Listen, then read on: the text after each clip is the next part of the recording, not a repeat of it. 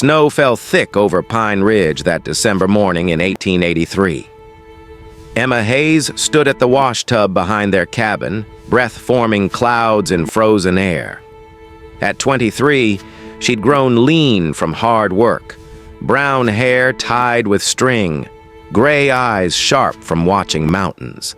Her dress showed more patches than original fabric. Inside, her father's cough rattled through thin walls. Thomas Hayes had worked timber camps 20 years before his lungs gave out. Now he counted days until creditors arrived. That evening, he called her inside. A letter lay before him, hands shaking. 3 days, he said. Henderson's coming. For everything. How much? $200. She nodded. 5 years of work. Impossible. What's the other way? Man came yesterday, watched you in town, needs a wife. He'll settle the debt. Emma's chest tightened. What man? Lives past Widow's Pass, trapper, rough but has money. She walked to the window. Darkness covered the valley, stars cold and distant. When's he coming? Tonight. The knock came at 8. A tall man stood in moonlight, snow on his shoulders. Heavy coat patched at elbows, worn boots, weathered face with dark eyes and thick beard. Exactly what her father described. A broke mountain man barely surviving winter. The man removed his hat. Emma noticed his hands were calloused but clean, posture straight despite rough clothing. Deliberate movements suggested something beneath the surface. Name's Caleb Winters. Her father gestured to a chair. Caleb sat, placing his hat on the table. Fire crackled, throwing shadows. Your father told you why I came? He mentioned it. I need a wife, you need money. I'll pay your debts tonight if you marry me by week's end. Emma studied him. No flowery words, just business. Why me? Watched you in town. You don't complain, don't put on airs. Work hard without expecting praise. That's what I need. What do you get besides a wife? Someone who won't break under pressure. Who knows hardship? He leaned back. I live past the pass. Isolated. Cold. I need someone strong. Her father cleared his throat. What work you do? Trapping mostly. Enough to get by. Emma crossed arms. 200 for a wife in wilderness. That's desperation or secrets? Caleb's eyes met hers directly. Both, probably. Take tonight to think. I'll return tomorrow. He stood, replaced his hat, moved toward the door. Before leaving, he turned. This is a choice, Miss Hayes. If you can't go through with it after marriage, tell me. I'll make arrangements. Won't hold you prisoner. The door closed behind him. Emma lay awake, watching ceiling shadows shift. Wind howled through pines, rattling shutters. She thought about her mother, dead 7 years from fever, practical above all. She'd say, do what needs doing. Morning came gray. At the trading post, Mrs. Patterson weighed flour, giving Emma a long look. Mountain man asking about you? People talk.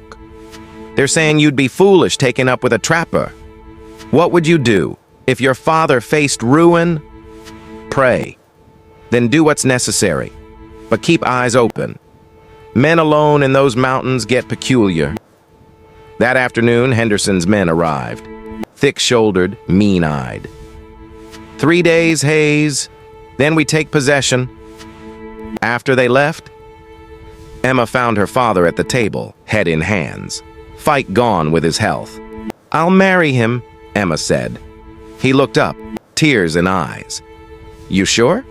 No, but doing it anyway. Caleb returned next evening. Emma met him at the door, bag packed. I'll marry you, but are you a good man? He considered carefully. I try to be. That'll do. 2 days later, Preacher Morrison married them. Emma wore her mother's dress, freshened with Mrs. Patterson's lace. Caleb wore clean clothes, beard trimmed. Vows were brief. Emma spoke steadily, watching for deception. Found only quiet seriousness. After, he paid Henderson directly.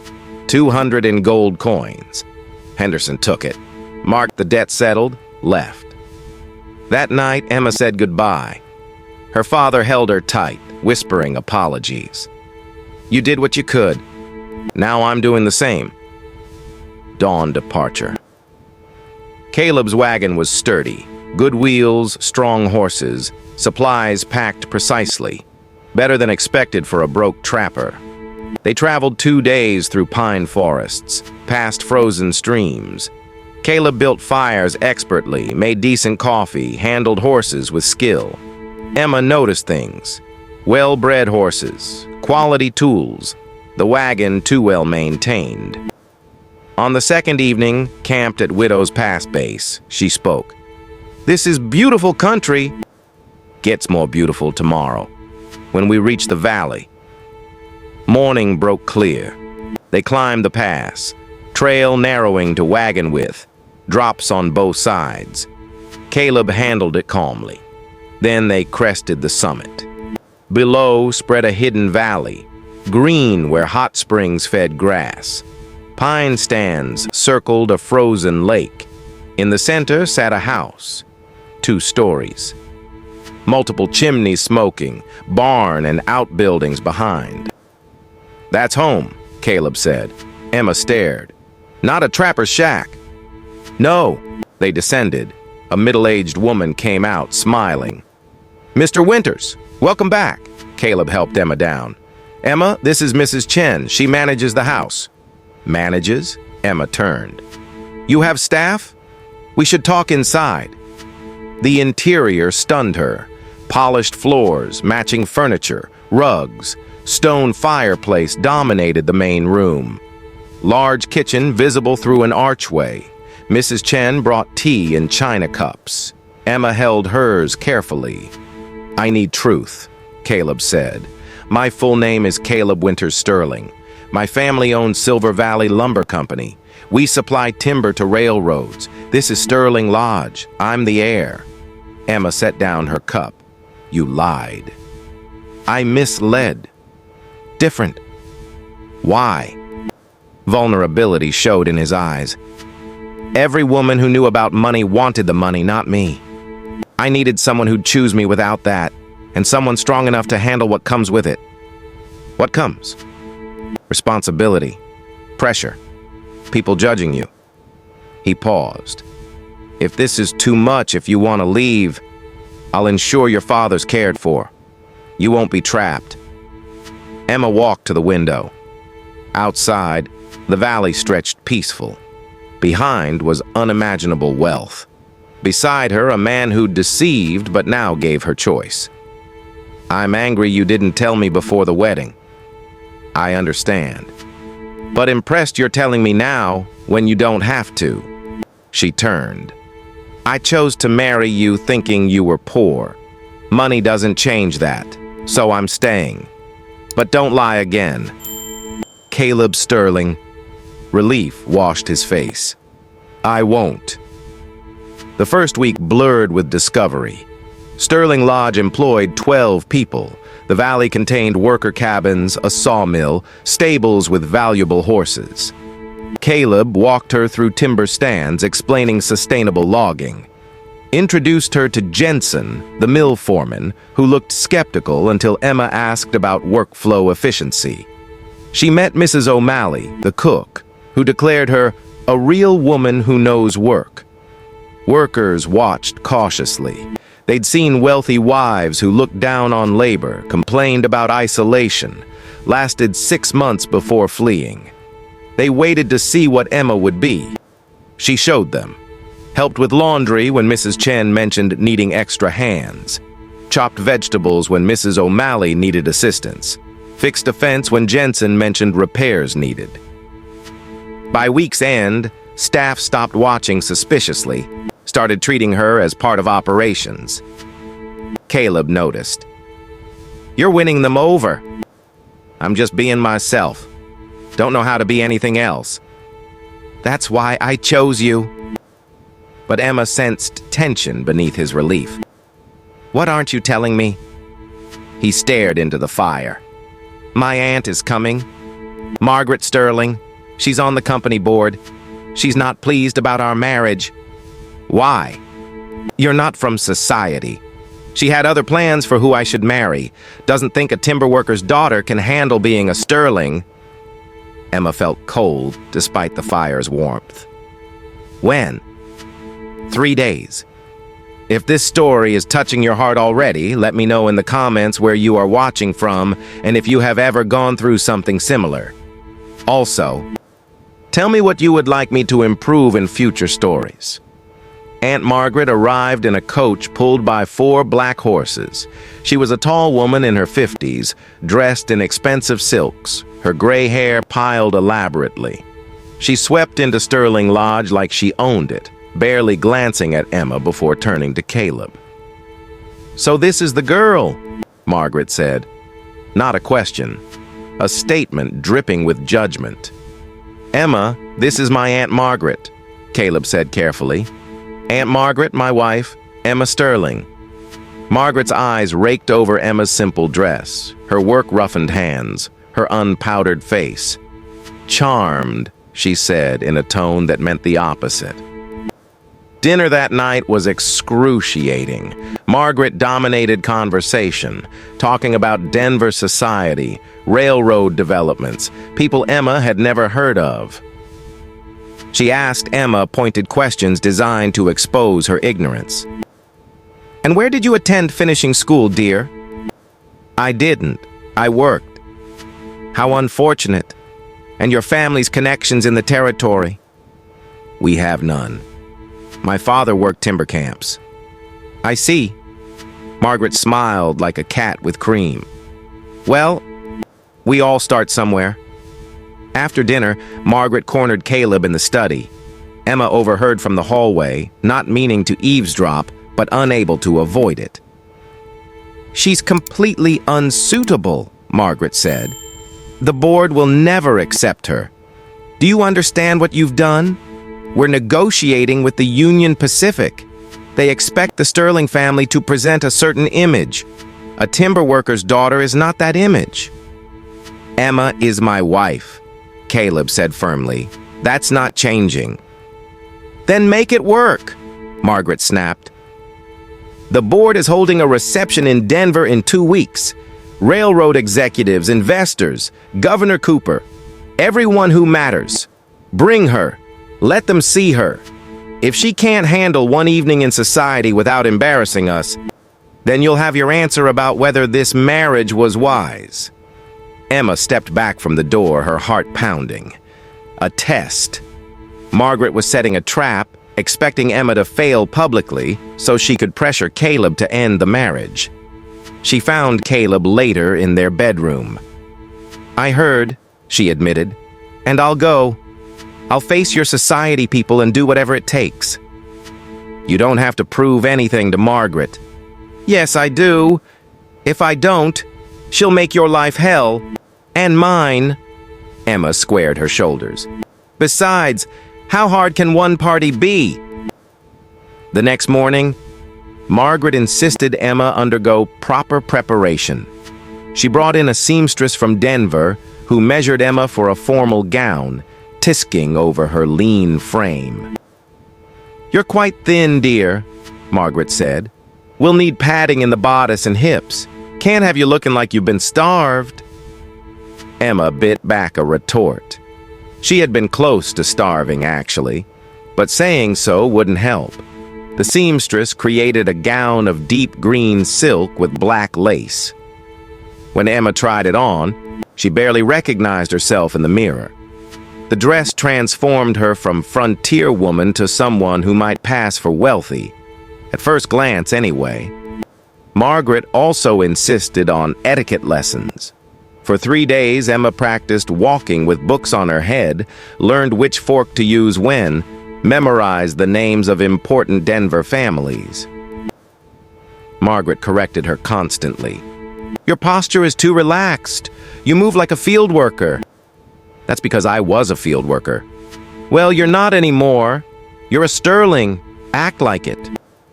But Margaret also taught Emma about the lumber business. She needed to understand board politics, railroad negotiations, timber rights. Emma listened carefully, asking questions that showed she grasped the underlying economics. On the fourth day, Margaret grudgingly admitted, "You're not stupid. That's something at least." Caleb helped Emma study the guest list. They sat together each evening, him explaining who each person was, what they wanted from the Sterling family, what traps they might set. "Harold Breckenridge is the railroad's chief attorney," Caleb explained. "He'll test you on property law. You don't need to know everything, just enough to hold your own."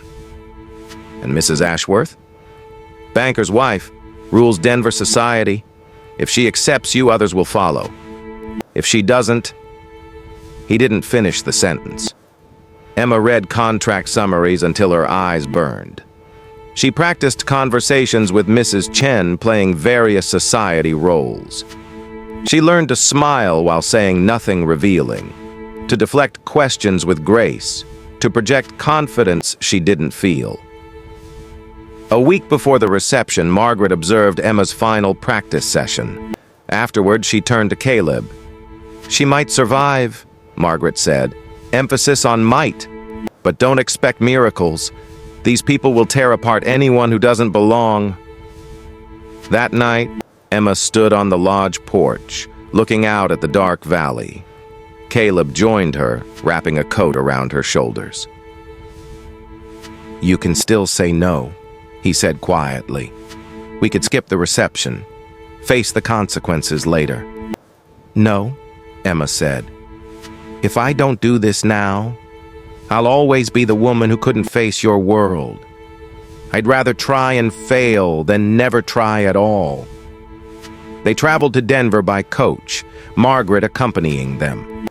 The journey took 3 days, descending from the mountains into the territorial capital's lower elevations. Emma watched the landscape change from pine forest to rolling plains, from isolation to civilization. Denver had grown since the railroad's arrival.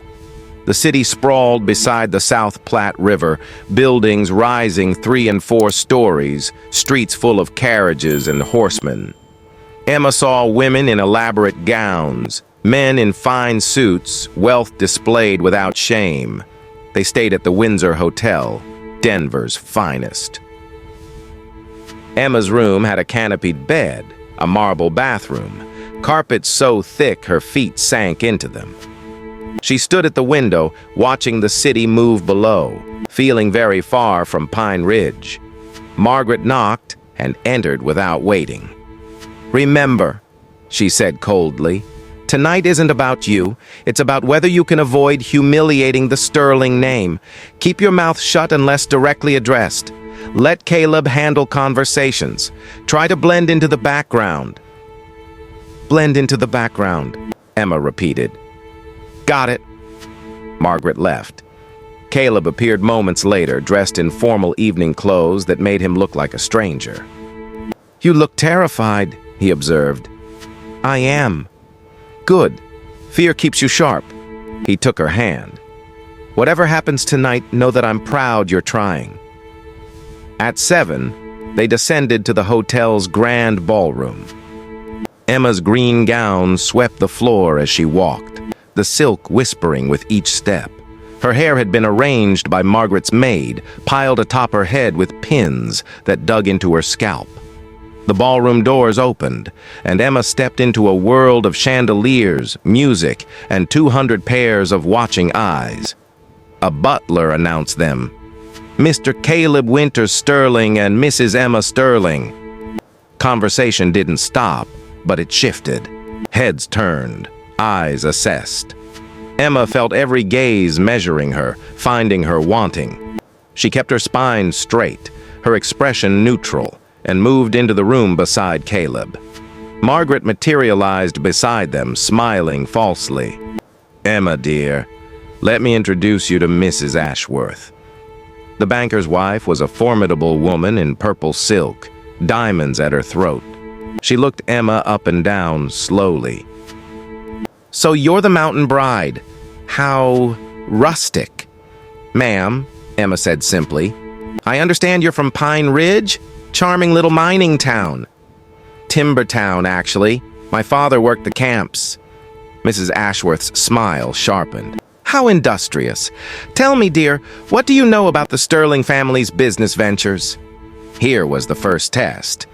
Emma could play ignorant, confirming their expectations, or she could show what she'd learned. "I know we supply timber to the Union Pacific and Colorado Central Railroads. I know we've pioneered sustainable logging practices that maintain forest health while maximizing yield. I know we're negotiating expanded rights through the Interior Department." Mrs. Ashworth's eyebrows rose slightly. "You've done your homework." "I pay attention, ma'am." The older woman moved away, and Emma released a breath. Round 1 survived. But the evening had just begun. Over the next hour, Emma fielded questions from investors, lawyers, and society wives. Some were genuinely curious. Others were clearly testing her, looking for weakness. She answered carefully, revealing enough knowledge to be credible, but not so much she seemed threatening. Harold Breckenridge, the railroad attorney, asked about timber rights legality. Emma explained the basic framework, admitted what she didn't know, and suggested he discuss details with Caleb. Breckenridge looked surprised but nodded approvingly. A mining executive's wife tried to trap Emma with questions about Eastern fashion. Emma admitted she knew nothing about it, then asked intelligent questions about mining operations instead. The woman, surprised by genuine interest, warmed to the conversation, but Emma could feel Margaret watching, waiting for a misstep, and she knew the real test was still coming. It came during dinner. The reception moved from the ballroom to the dining room, where tables seated 8. Emma found herself placed between Caleb and a stern woman who introduced herself as Mrs. Winters, apparently a distant cousin. Across the table sat Margaret, and beside her, a smooth-faced man in expensive clothes who Margaret introduced as Harrison Wells, Denver's most eligible bachelor before Caleb made his unfortunate decision. Harrison smiled at Emma, but his eyes were cold. "So fascinating to meet you, Mrs. Sterling. Tell me, what was life like in... where was it? Pine Ridge?" "Simple," Emma said. "Honest work, good people." "How charmingly provincial." Harrison sipped wine. "But surely you must find this all rather overwhelming. The sophistication, the complexity. I imagine it's quite different from washing clothes by a stream." Emma felt her face heat, but she kept her voice level. "It is different, but I learn quickly." "Do you?" Margaret cut in, her tone deceptively sweet. "I suppose with enough coaching, anyone can appear presentable, though one wonders if the foundation is sound." Several people at nearby tables had stopped talking, listening now. "Foundation?" Emma asked quietly. "Breeding, my dear," Margaret said. "Background, the qualities that mark someone as truly suited for their position. You can dress a mountain girl in silk, but she's still a mountain girl underneath. Don't you agree, Harrison?" Harrison smiled wider. "Absolutely. Though I'm sure Mrs. Sterling tries her best."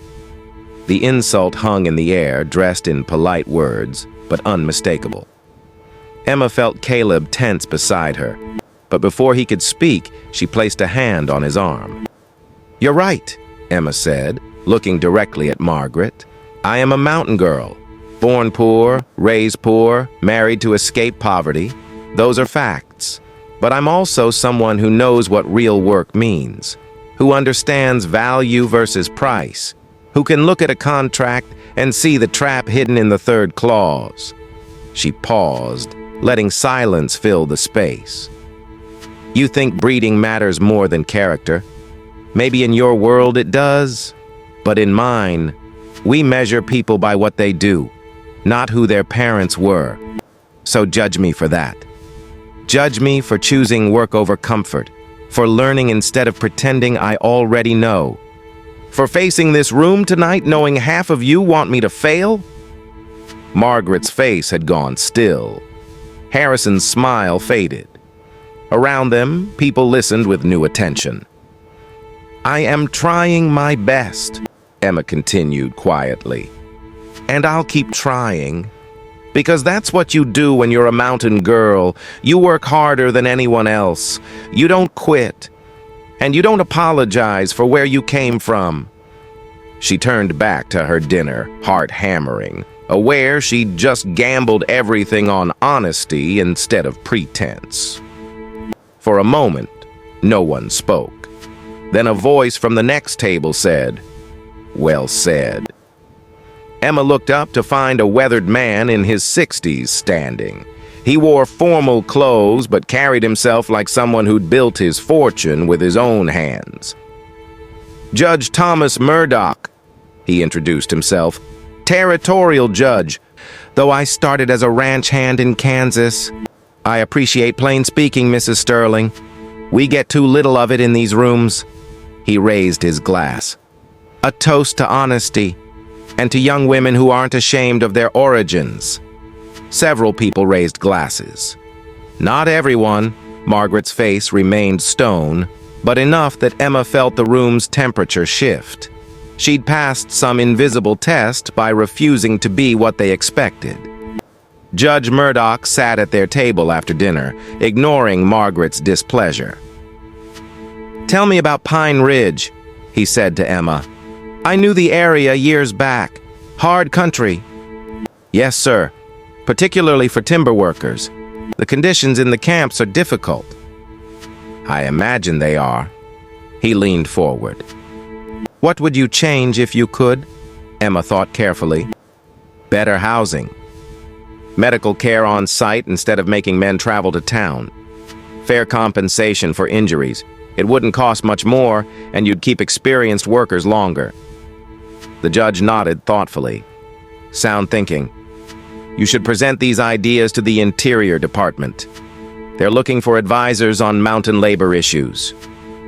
Before Emma could respond, Margaret interjected. Judge Murdoch, surely you're not suggesting... I'm suggesting that someone with actual experience in mountain communities might offer valuable perspective. Murdoch interrupted smoothly. Something the department lacks. We have plenty of theoretical experts. We need practical voices. He turned to Emma. Would you be interested in an advisory role? Unpaid, unfortunately, but it comes with access to make real changes.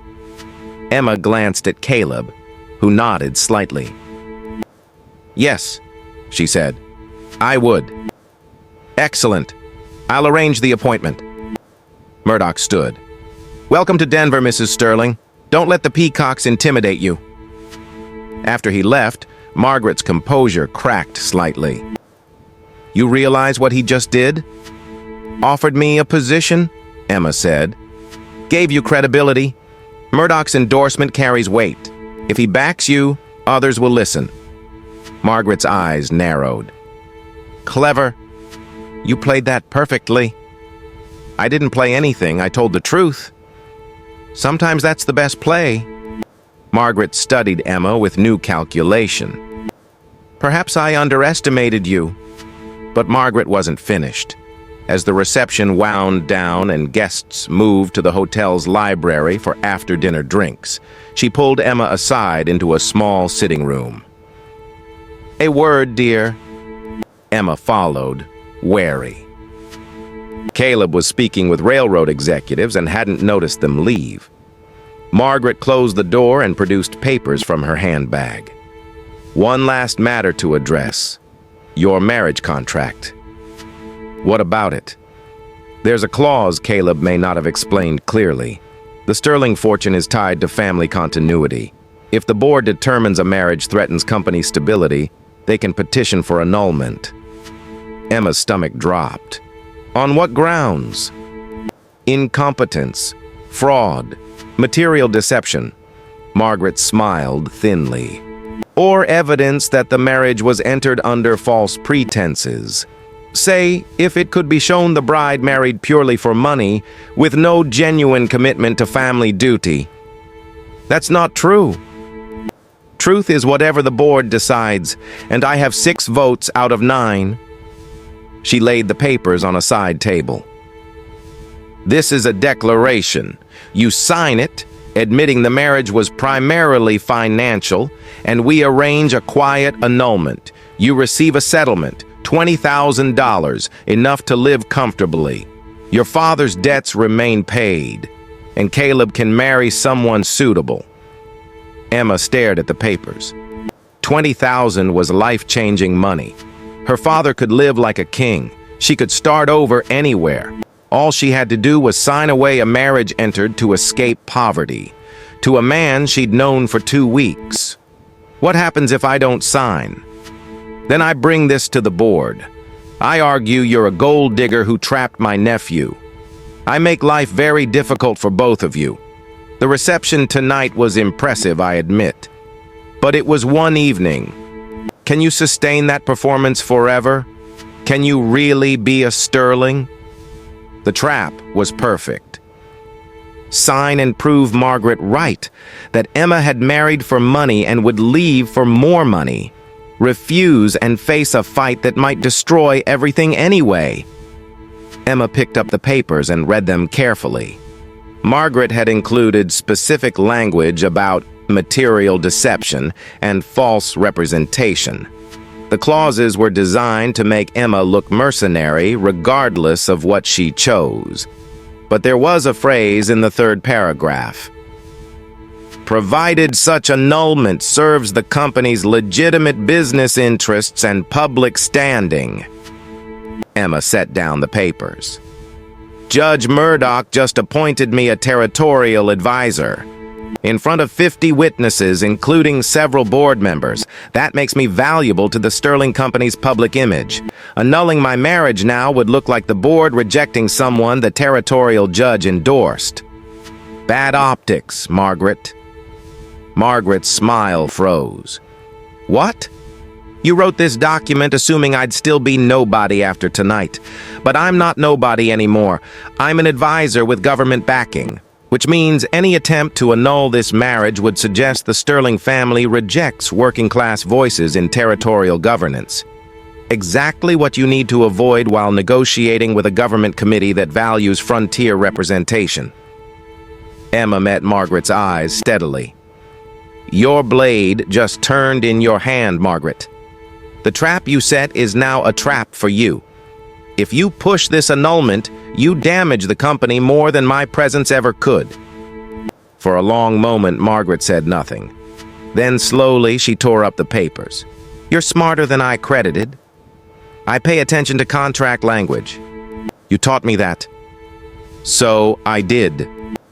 Margaret's smile was genuine this time, though grudging. Very well. The board will accept you. For now.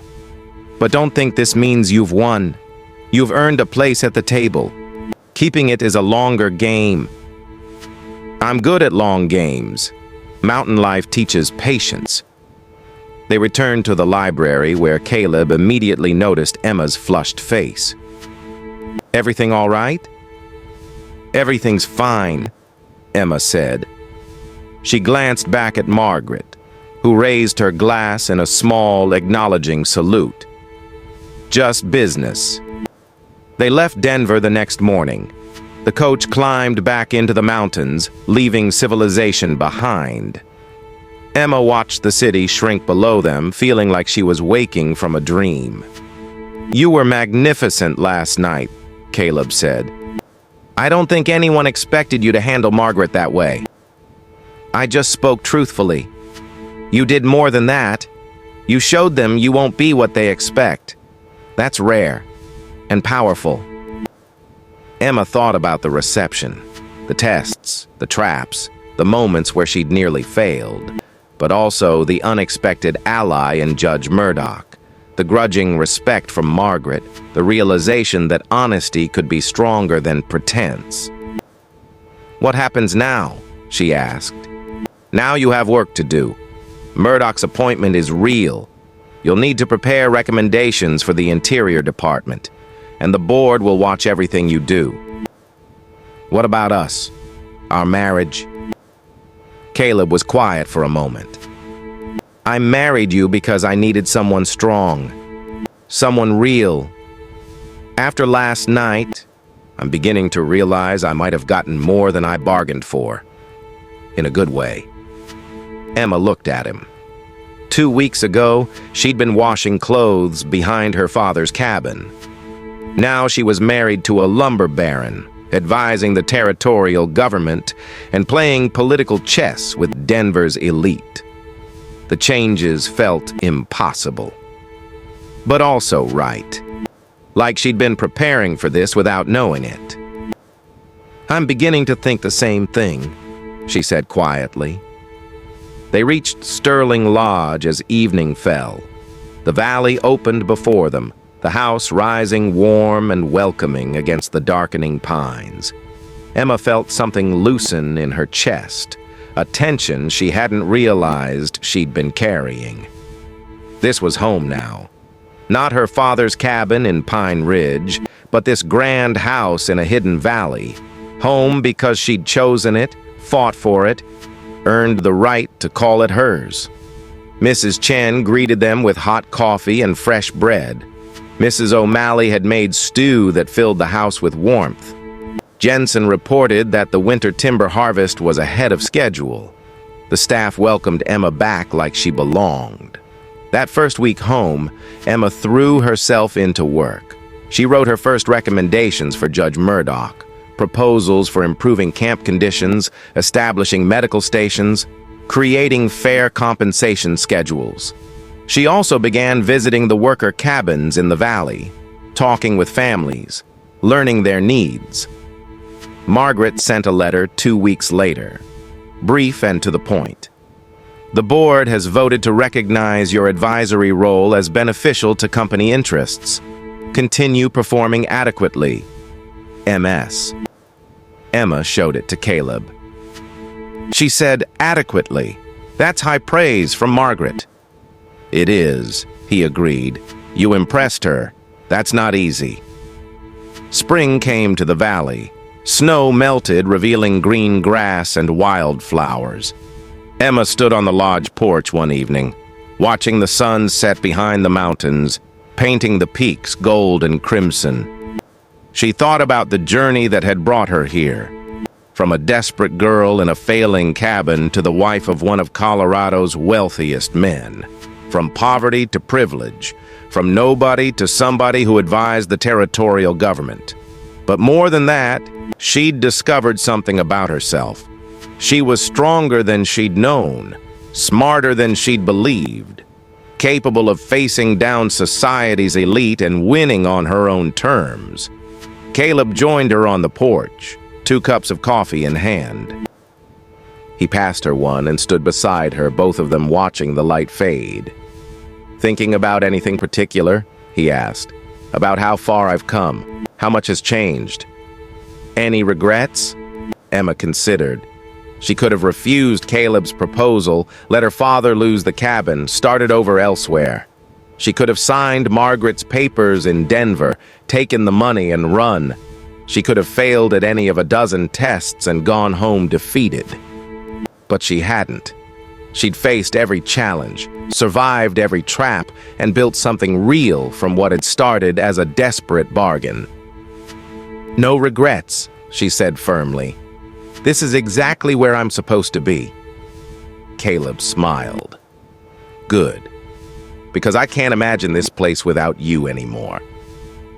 They stood together as stars emerged in the darkening sky. The valley spread peaceful below. The lodge warm behind them, the future unwritten but promising. Emma had married a broke mountain man, or so she'd thought. Instead, she'd found a partner, a purpose, and a home built not on lies, but on the courage to face truth, head on. The money hadn't changed her. The society tests hadn't broken her. She'd remained herself through it all, A mountain girl with a strong spine and an honest heart. And that, Emma realized, was the greatest victory of all. The mountain wind whispered through the pines, carrying the scent of spring growth and possibility. Whatever challenges lay ahead, and she knew there would be many, Emma was ready. She'd built a life of courage and steady love in these high peaks, and she'd keep building, one honest day at a time. If this story moved you, please hit the like button and subscribe for more emotional Wild West stories that will touch your soul.